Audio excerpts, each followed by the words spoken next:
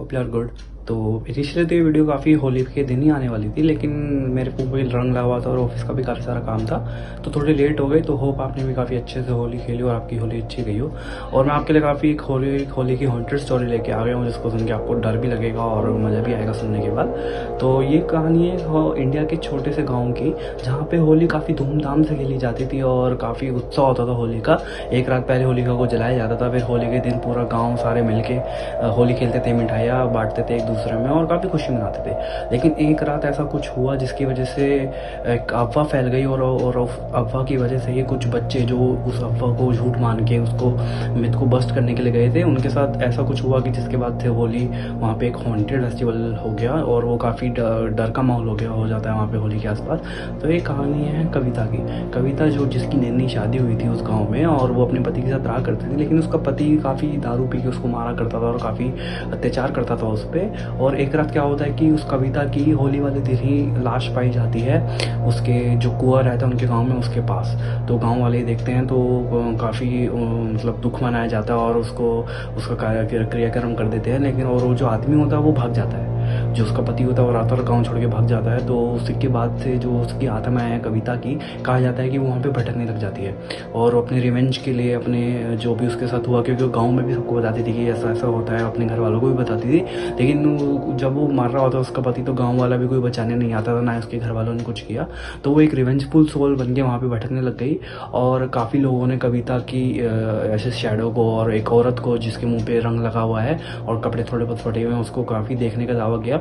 तो ऐसे ही जो एक मनोज, राहुल और छवि नाम के जो ये 3 बच्चे थे, इन्होंने सोचा कि ऐसा कुछ नहीं है, गांव वाले फालतू में डरते रहते हैं, फालतू में हमारा होली का फेस्टिवल हम ढंग से शाम तक खेल नहीं पाते हैं और हमें जल्दी जाना पड़ता है।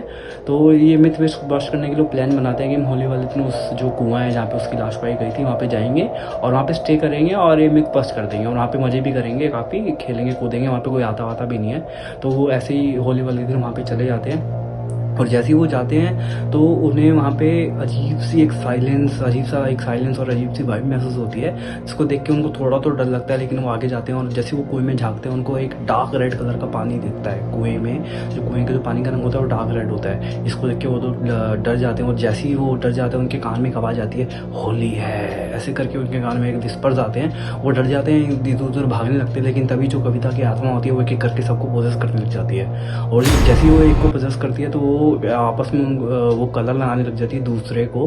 और वो जो कलर होता है वो एक्चुअल में खून होता है और जो वो खून होता है जो उनके मुंह पे लगता है वो परमानेंट स्टेन होता है, वो उनके मुंह से कभी नहीं जाता है। और ऐसे ही काफ़ी देर तक होता है और उनकी जो बच्चों की जो बॉडी होती है, बॉडी तो नहीं जिंदा होती है, बेहोश हो जाते हैं वो सारे वहाँ पे। उनकी बॉडी सुबह गाँव वालों को मिलती है और गाँव वालों को मिलती है तो उनके मुंह पे वही रंग लगा होता है जो जिसके धब्बे उनके मुंह पे आज भी हैं। और जो मिथ था ये बस तो नहीं हुआ, लेकिन बहुत ज़्यादा स्ट्रॉन्ग हो गया, एक यकीन में बदल गया और वो उसके बाद उस कुएं के आसपास भी नहीं गए। और जैसे ही होली आसपास आती है तो उन लोगों को घर के खिड़कियों पे, दरवाजों पे रंग के निशान और रंग पड़ा हुआ ऐसे ऐसे उनको दिखता है गाँव वालों को। तो उनको एहसास हो जाता है कि हाँ, कविता की जो आत्मा है वो काफ़ी एक्टिव हो गई, क्योंकि उसकी मौत होली के आसपास ही हुई थी। तो वो होली के आसपास ही काफ़ी एक्टिव और स्ट्रॉन्ग हो जाती थी।